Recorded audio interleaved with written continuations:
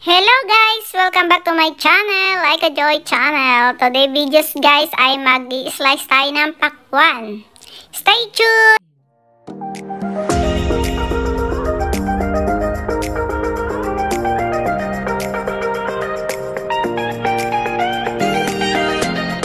Yung kung ating malaking pakwan. So atin siyang hihiwain. Hiwa-hiwa. Tusok sa gitna para mahiwa.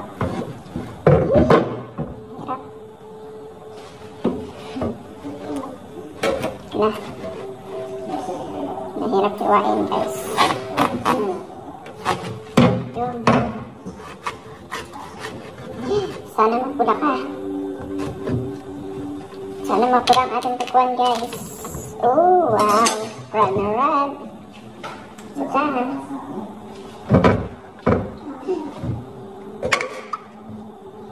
Run na run ang ating pakwan. Yan.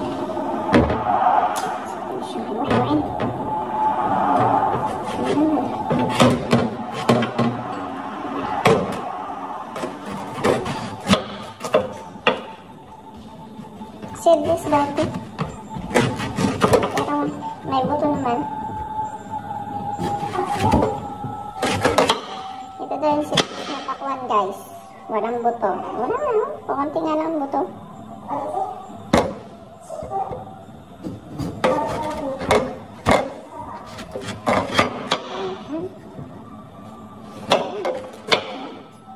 Diba? Yan ang ating pakwan. Hiwa-hiwa.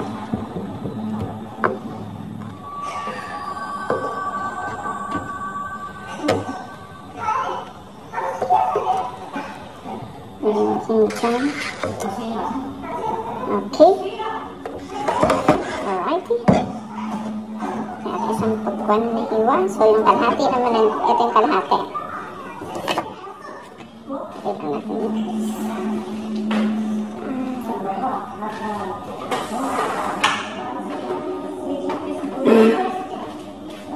Hindi yung kalahati naman. Ito yung natitira natin kalahati.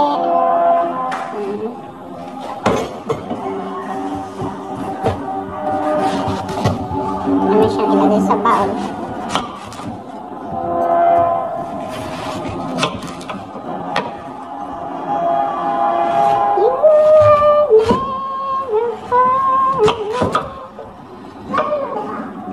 Naghiwa ko ng pakwan.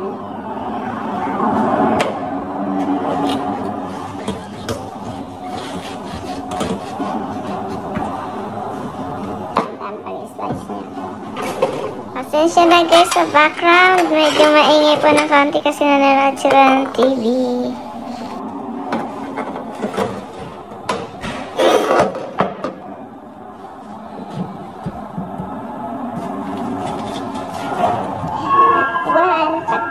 Pakwan.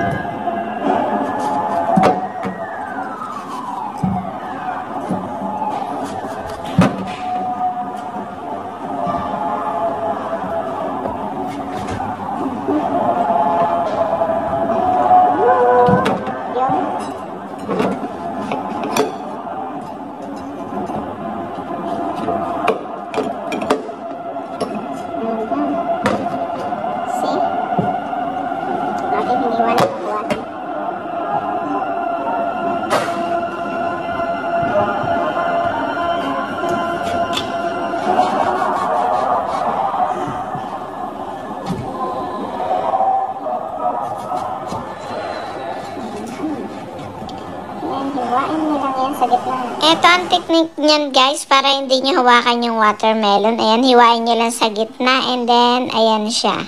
Slice nyo lang siya ng pa-cubes.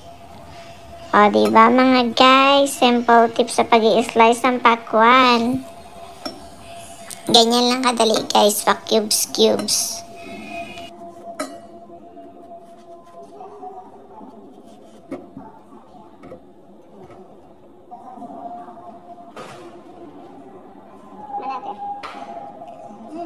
Up.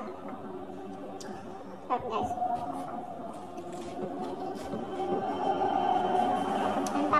siyang buto. Wala siyang buto. Walang buto guys. Seedless. Seedless na pakwan guys. Ang dalam ng buto niya. Yung buto niya mura lang. O diba, yung busy-busy ka kaka-vlog, tapos yung mga kasama mo busy-busy din kakapanood. So ayan guys, yung ating kalahati ng pakwan ay ganyan ang ginawa natin, pa-cubes. And then yung kalahati, hiniwa-hiwa naman natin ng pahaba-haba lang. So ayan guys, konti na lang at matatapos na tayo ng paghihiwa ng pakwan at malapit na rin maubos ni Inday ang ating pakwan na hinihiwa. Ayan, habang nag-i-slice tayo ng pakwan guys, ayan, kain din na tayo ng kain. Masarap siya guys kasi hindi siya sobrang tamis. Kasi minsan may pakwan na talagang sobrang tamis. And then hindi siya overripe kasi sakto-sakto lang yung kanyang pagkahinog.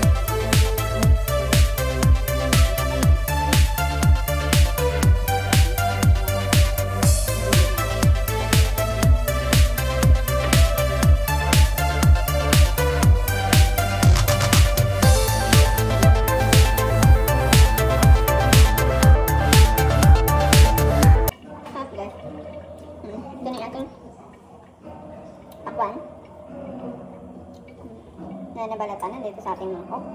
Sa mangkok, and then yung isa. Diba?